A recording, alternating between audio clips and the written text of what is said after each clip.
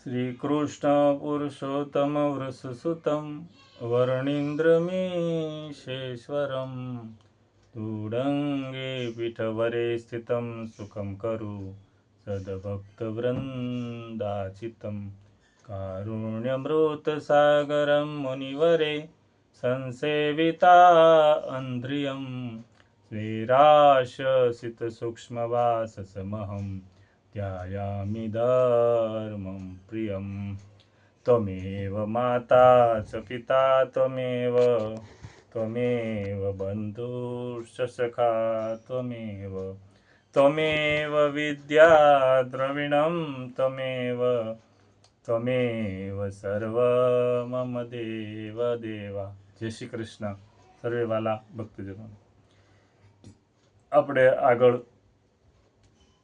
શ્રી કૃષ્ણ ભગવાનનું જે ઉપદેશ ગ્રંથ શ્રીમદ ભગવદ્ ગીતા એના પહેલા અધ્યાયની વાત આપણે સાંભળી ચૂક્યા છીએ। હવે આપણે જે બીજો અધ્યાય જેને કહેવાય સાંખ્ય યોગ એના પણ પહેલા શ્લોકની વાત આપણે આગલા વિડીયોમાં સાંભળી ચૂક્યા છીએ। હવે આપણે આ નવા વિડીયોની અંદર સાંખ્ય યોગ શ્રીમદ ભગવદ્ ગીતાનો બીજો અધ્યાય એનો બીજા શ્લોકથી આગળ આપણે એને સાંભળવો છે। તો આ સંસારની અંદર આપણે જોઈએ તો દરેક વ્યક્તિ એમ કે માને છે કે હું સમજું છું એ બરાબર છે, અને હું સમજું છું એ વાત સામેવાળો સમજે તો વધારે સારું। પણ હું કે તમે જે કાંઈ સમજીએ છીએ તે વાત શાસ્ત્ર પ્રમાણે છે કે કેમ, અને આપણે વાતથી સામેવાળાના જીવનમાં કંઈક શીખવા મળે છે એવું છે કે કેમ, એ આપણે એક વિચારવા જેવી બાબત છે। અને તમે વિચાર કરો કે શ્રી કૃષ્ણ ભગવાન જેવા ભગવાન સમજાવવા બેઠા હોય ને અર્જુન જ્યારે યુદ્ધ કરવાની ના પાડતો અને ભગવાન સમજાવે તો અર્જુન નહીં સમજે? સમજી જશે, કેમ કે સમજાવનારા શ્રી કૃષ્ણ ભગવાન પોતે છે। અને આમ જોઈએ તો ભગવાન યુદ્ધ કર્યા વગર પણ અસુરને મારવાની શક્તિ ધરાવતા હતા, પણ પૃથ્વી ઉપર ભગવાનનો અવતાર જ્યારે થતો હોય છે ત્યારે ભગવાન અનેક લીલાઓ કરે છે।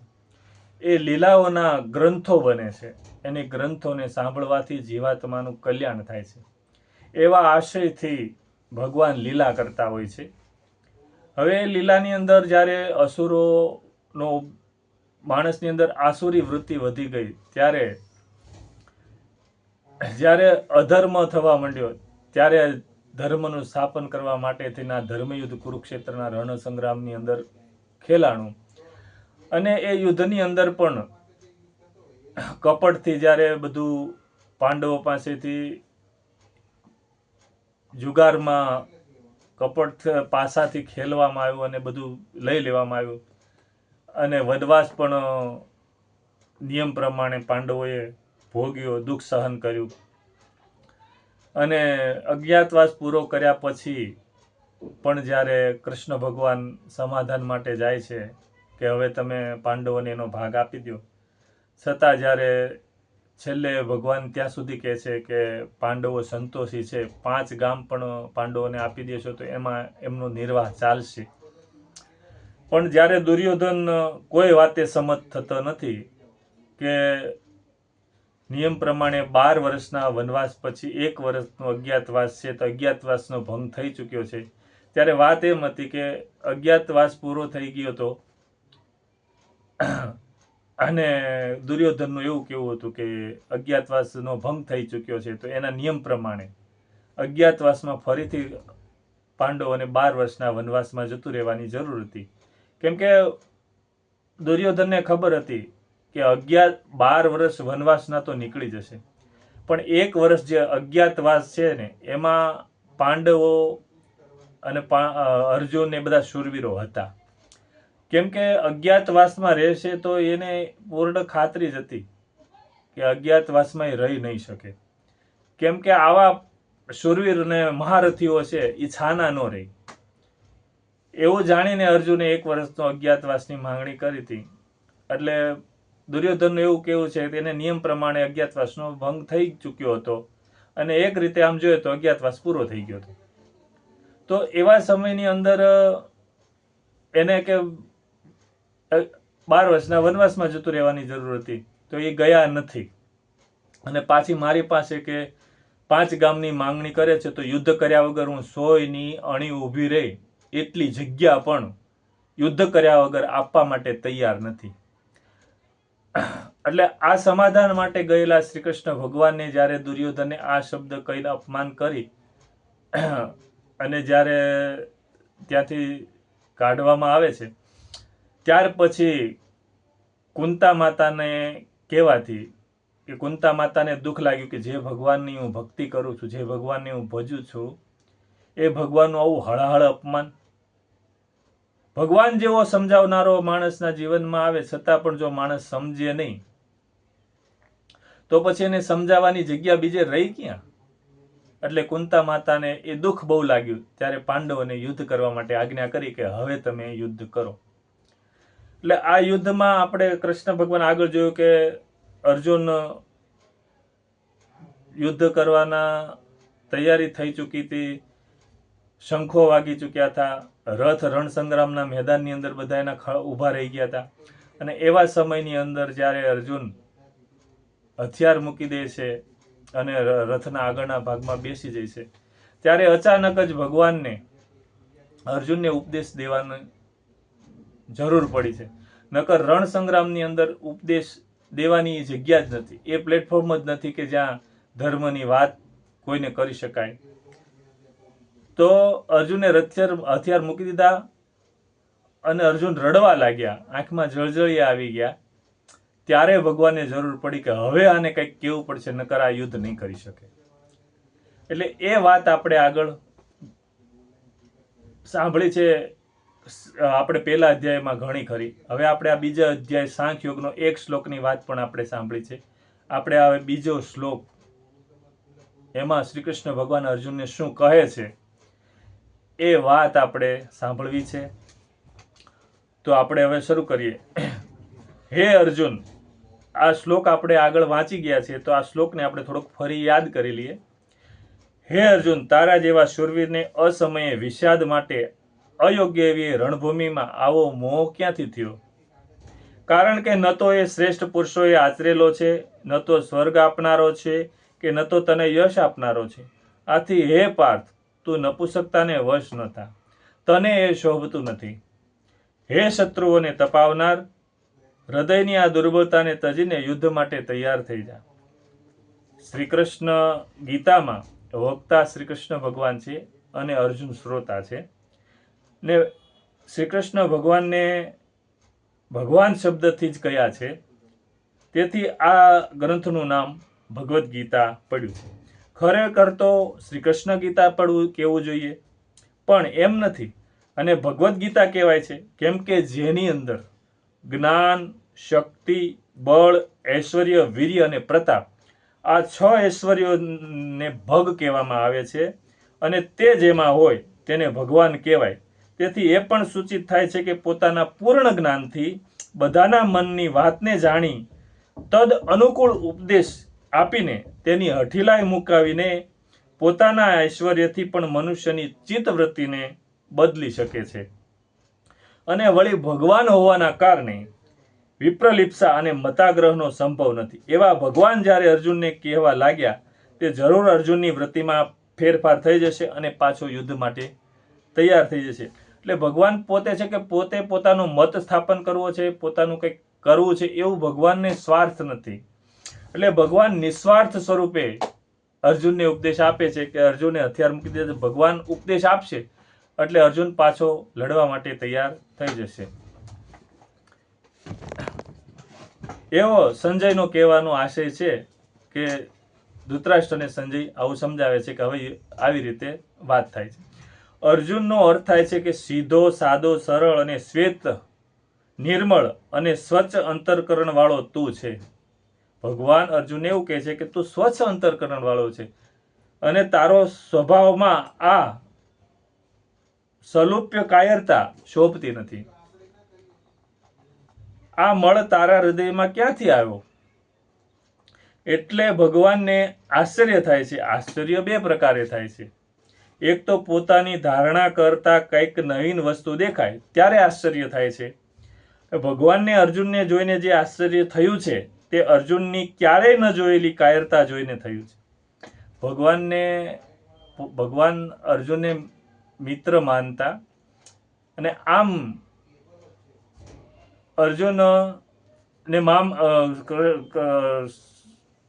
શ્રી કૃષ્ણ ભગવાન મામા ફઈના ભાઈઓ થાય, આમ સંબંધી થાય, આમ મિત્ર થાય. એટલે અર્જુનની અંદર જે આવી કાયરતા, મિત્ર હતા એટલે એને ક્યારેય જોયેલી નહીં, એટલે આવી કાયરતા અર્જુનને કહે છે કે હે અર્જુન, તારામાં ક્યાંથી આવી? અને બીજાને ચેતવવા માટે પણ આશ્ચર્ય થાય છે. ભગવાન અર્જુનથી અજાણ છે એમ નથી, પણ અર્જુનને ચેતવવો છે. મતલબ કે આ વિષાદનું મોહ સિવાય કોઈ કારણ નથી અને કાંઈ પ્રયોજન પણ નથી, એમાં કોઈ ફાયદો પણ નથી અને યુદ્ધ શુદ્ધ પ્રેરણા પણ મળતી નથી. કે તારા આ વર્તનથી કોઈને કંઈ શીખવાનું મળે એવું પણ નથી જણાતું. આવો વિચાર અર્જુનને ફક્ત મનમાં જ આવ્યો હોત તો ઠીક હતું, પણ આ તો ક્રિયામાં આવી ગયો. ખાલી અર્જુનને મનમાં થયું હતું મારે યુદ્ધ નથી કરવું, ખાલી વિચાર પૂરતું, તો કંઈ વાંધો નહોતો, તો અર્જુન લડી શકત. પણ આ તો ક્રિયામાં આવી ગયો. અર્જુન રડવા લાગ્યા, રથના હથિયાર મૂકીને રથના આગળના ભાગમાં બેસી ગયા, ધનુષ પડી ગયું અને આ બધા મારા સંબંધીઓ છે, મારા છે એમ તું કરે છે અને જ્ઞાનીપણાની મોટી મોટી વાતો કરે છે. આ તારી કાયરતા એ તારા મનમાં ભરાયેલી એક નબળી વિચારધારા છે. આવા વિષમ સમયમાં એ તારામાં ક્યાંથી આવ્યો? સામે શંખ વાગી ચૂક્યા છે, હથિયારો હાથમાં ઉઠાવી લીધા છે. આ સમયે ખરેખર તારામાં શુરીરતા અને ઉત્સાહ આવવો જોઈએ. તેને સ્થાને કાયરતા ક્યાંથી આવી? કહીને ભગવાન કહેવા માંગે છે કે આ તારો સ્વાભાવિક ગુણ નથી, આ તારા સ્વભાવની અંદર રહેલો ક્ષત્રિય પ્રકૃતિનો ગુણ નથી. એ તારામાં ક્યાંથી આવ્યો? તું તો ક્ષત્રિય છો, ધર્મ માટે લડવું એ ક્ષત્રિયનો ધર્મ છે.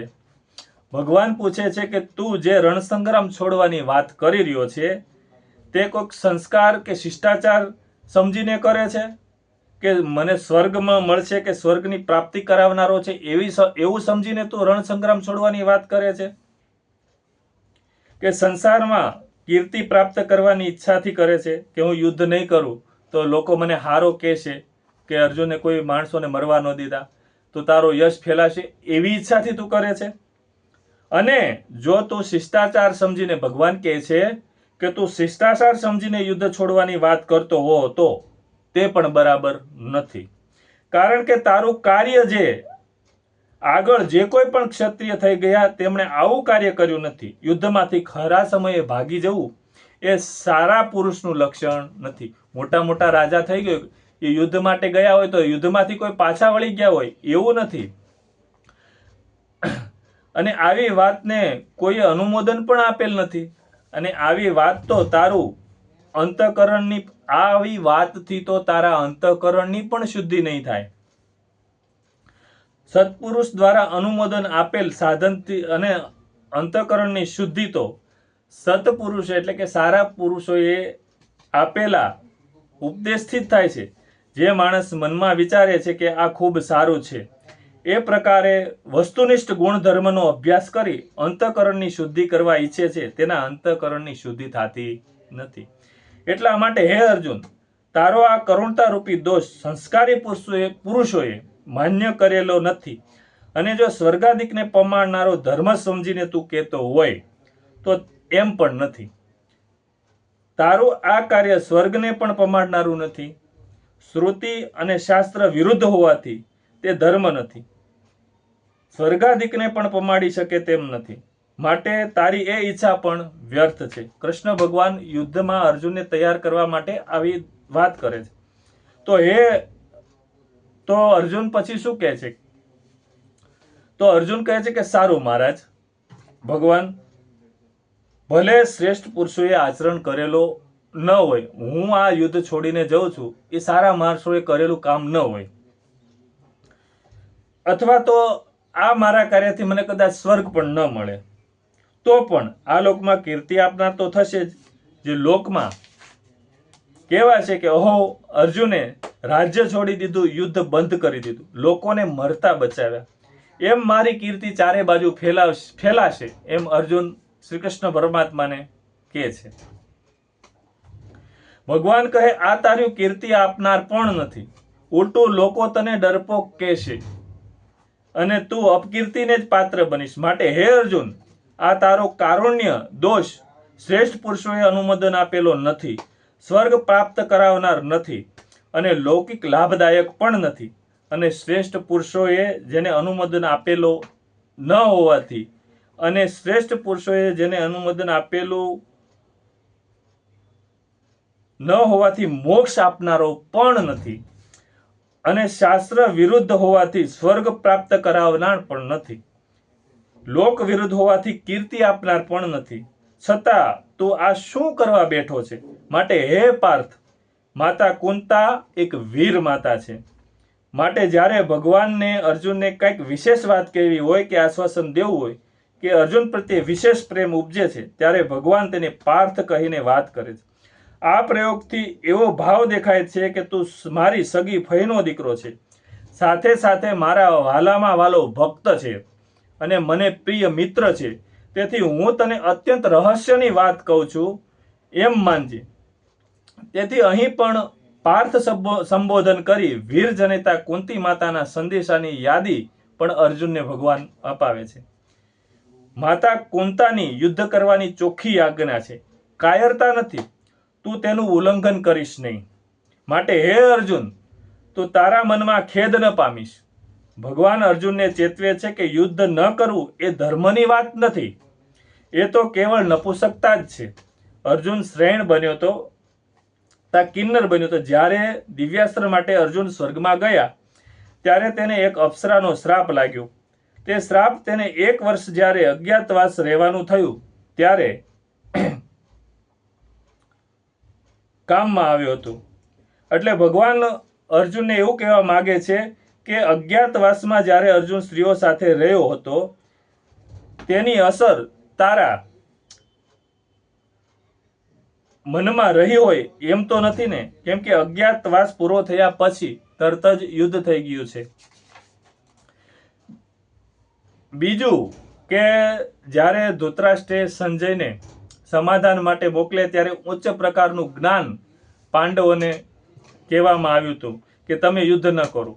દુર્યોધન છે એ સમજતો નથી, પણ તમે તો સમજો છો, તમે કાંઈક વાતને સમજનારા છો, તમારું જીવન સારું છે, તો તમે દુર્યોધન નથી સમજતો પણ તમે તો સમજો. ઘણી વાર આપણે જોઈએ કે 2 જણા બાંધતા હોય, ઝઘડો કરતા હોય, ત્યારે એક માણસ તો પોતાની હઠીલાઈ પકડીને બેહી ગયા હોય, એટલે એને સમજાવવા ઘણા માણસો પ્રયત્ન કરતા હોય, છતાં પણ એ સમજતો નથી હોતો. ત્યારે જે સારો માણસ હોય છે, જેની ભૂલ નથી હોતી, છતાં પણ એને સમજાવનાર વ્યક્તિ એને એમ કહે છે કે એ તો નથી સમજતો, એને બુદ્ધિ નથી, એને આ નથી, તે નથી, પણ તમે તો કંઈક સમજદાર માણસ છો, તો સમજવાનું કોને આવે? કે જે કંઈક સંસ્કારી માણસ હોય એને સમજવાનું આવે. તો ધૃતરાષ્ટ્રએ સંજય દ્વારા એવું કહેવાયું કે દુર્યોધન નથી સમજતો, તમે તો કંઈક સમજદાર માણસો છો, તમે કંઈ શાસ્ત્રના અભ્યાસી માણસો છો, દુર્યોધન નથી સમજતો તો તમે તો સમજો. આવો જે તમને ધૃતરાષ્ટ્રએ ઉપદેશ દઈને સંજયને મોકલ્યા હતા, ત્યારે તમારા માનસ ઉપર એ શબ્દોની અસર તો નથી રહી ગઈ ને? તેને કારણે હે અર્જુન, તું યુદ્ધ કરવાની ના પાડે છે.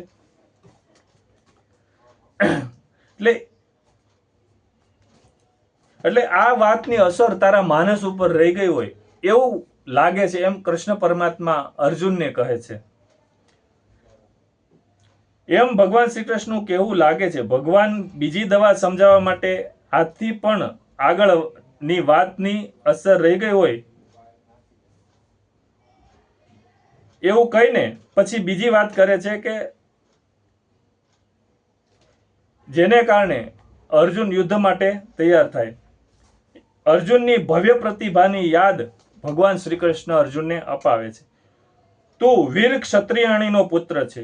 દિવ્યાસ્ત્ર માટે શંકર ભગવાન જ્યારે પ્રસન્ન થયા ત્યારે શંકર ભગવાનને યુદ્ધમાં સંતોષ પમાડનાર તું છે.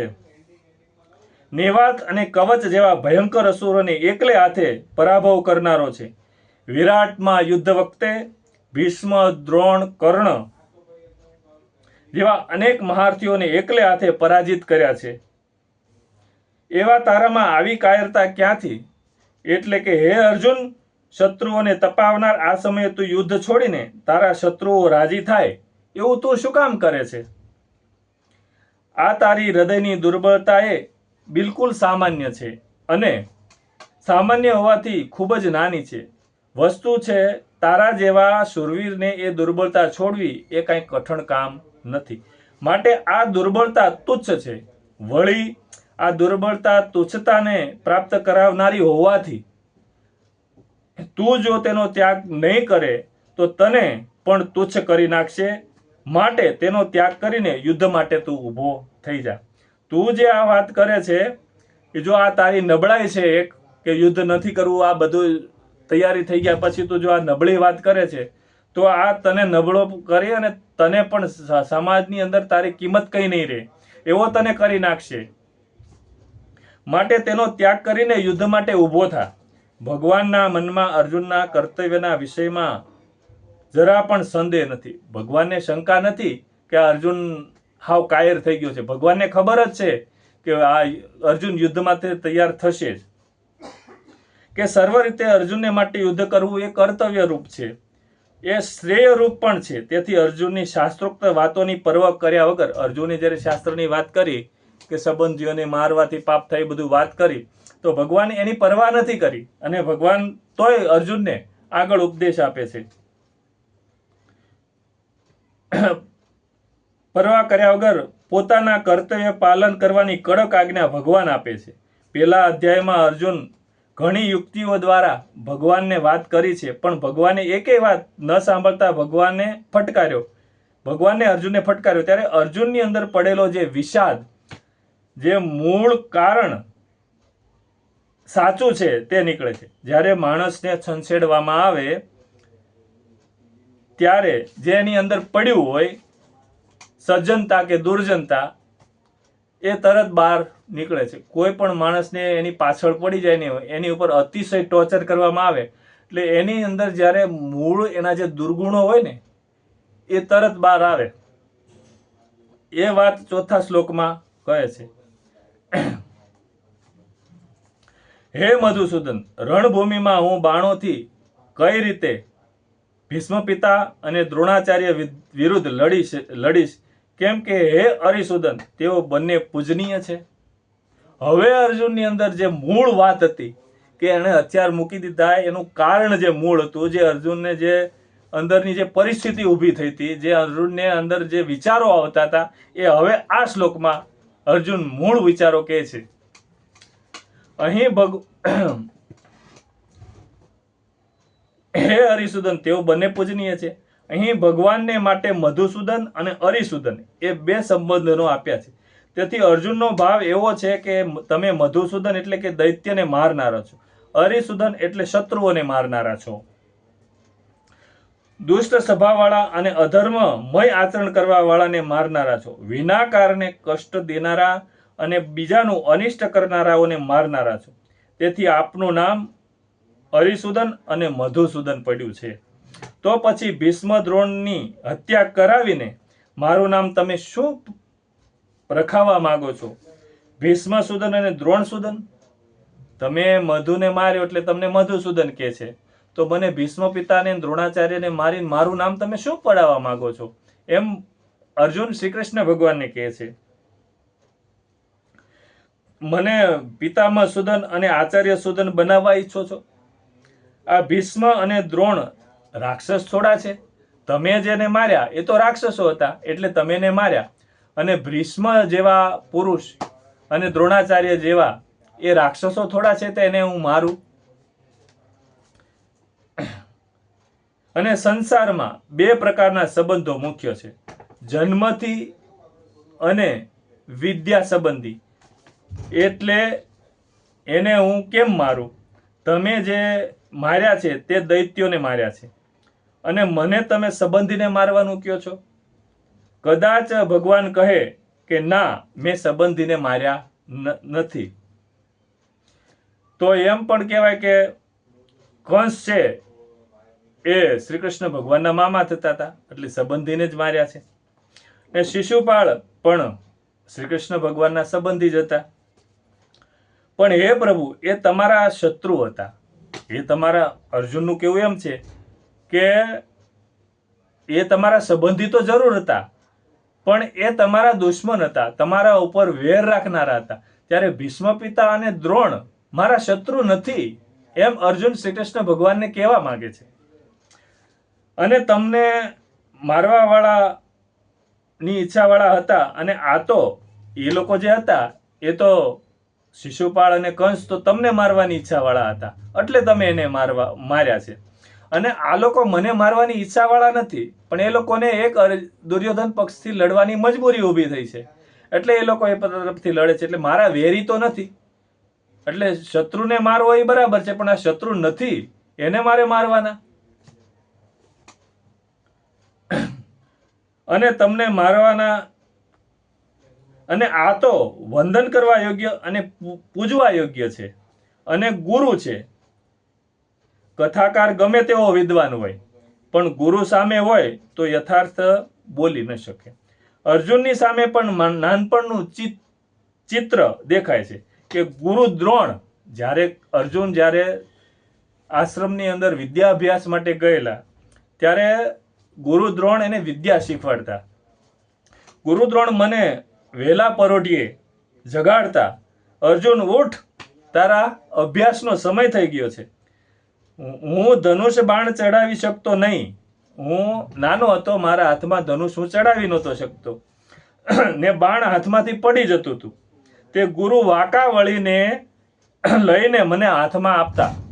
મારા વજનથી મારા હાથમાંથી જ્યારે ધનુષ પડી જતું હતું, ત્યારે દ્રોણાચાર્ય મને શીખવતા એ અર્જુન પડી ગયેલું ધનુષ મને હાથમાં આપતા અને કહેતા કે અર્જુન, આવી રીતે આને ચડાયો અને આવી રીતે નિશાન લગાવ્યું. આવું મને ગુરુ દ્રોણ શીખવાડતા હતા. જેણે પોતાના સગા પુત્રને જે વિદ્યા ન આપી, એ બધી વિદ્યા મને આપી, એને હું કેમ મારું? એમ આવું છે ને, કે જે પોતાના દીકરાને જેણે નથી શીખવાડ્યું જે શસ્ત્ર વિદ્યા, એ વિદ્યા ગુરુ દ્રોણે મને શીખવાડી છે. હવે મારે એને મારવાના, એના ઉપર હું હથિયાર પર ઉપાડું, તો મારા જેવો ગુરુદ્રોહી કોણ કહેવાય? બીજું કે દ્રોણ મારા શત્રુ નથી, એ બતાવતો પ્રસંગ છે કે યુદ્ધમાં જયદ્રથ વધના પ્રસંગમાં પણ દ્રોણ સાથે લડતા ગુરુને એક બાજુ મૂકીને અર્જુન જ્યારે આગળ જાય છે, ત્યારે દ્રોણ કહે છે કે તું દુશ્મનને મૂકીને જતો રહે છે કાયર. ત્યારે અર્જુન કહે છે કે તમે મારા ગુરુ છો. જ્યારે યુદ્ધમાં લડવાનો જયદ્રથને મારવા માટે અર્જુન રથમાં તૈયાર થઈને જતા હતા, અને જ્યારે વચમાં દ્રોણાચાર્ય સાથે લડવાનું થયું, ત્યારે લડતા ગુરુ દ્રોણને મૂકીને અર્જુન આગળ જાય છે.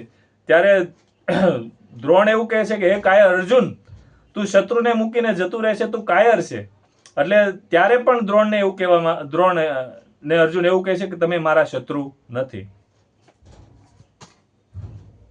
તમે મારા ગુરુ છો, દુશ્મન નથી. અને ભીષ્મ પિતાને કારણે અમારું વંશ વૃક્ષ વધ્યું છે. અંબાલિકા આદિ કન્યાઓનું અપહરણ કરીને લાવીને વ્યાસને પ્રાર્થના કરી ધૃતરાષ્ટ્ર, પાંડુ અને વિદુરને જન્મ અપાવ્યા છે. તેઓ અમારા વંશના મૂળ પુરુષ છે અને પિતામહ છે. વળી નાનપણમાં હું એના ખોળામાં રમ્યો છું, એમના કપડાં મેં મેલા કર્યા છે. અર્જુનના અંદર જે કહેવાનો ભાવ છે ને, એ હવે પ્રગટ થાય છે. અર્જુન લડવાની ના પાડે છે કૃષ્ણ ભગવાનને, ને કૃષ્ણ ભગવાન જ્યારે અર્જુનને કહે છે તું યુદ્ધ કર, તો યુદ્ધ જ્યારે બરાબર અર્જુનને દબાવીને વાત કરીને, ત્યારે અર્જુનની અંદર જે વિચારો આવતા હતા ને, એ અર્જુન હવે પ્રગટ કરે છે. એટલે કે હું ભીષ્મ પિતાના ખોળાની અંદર રમ્યો છું, એના કપડા મેલા કર્યા છે, એમની ડોકે બાથ ભરીને ધોળી દાઢી ઉપર હાથ ફેરવતા હું જ્યારે પિતાજી પિતાજી એમ કહેતો ત્યારે મારા માથા ઉપર હાથ ફેરવી વાત્સલ્યથી અને હેતની ધારા વરસાવીને મને કહેતા કે બેટા હું તારો પિતાજી નથી, પણ તારા પિતાજીનો પણ પિતાજી છું. કુળના નોધારા એવા અમારા એ એકમાત્ર ભીષ્મ પિતા આધાર હતા. મારા પિતાજી આ લોકમાંથી વિદાય લીધા પછી એક અમારા જો આધાર હોય તો ભીષ્મ પિતા એક જ હતા, એક જ છે.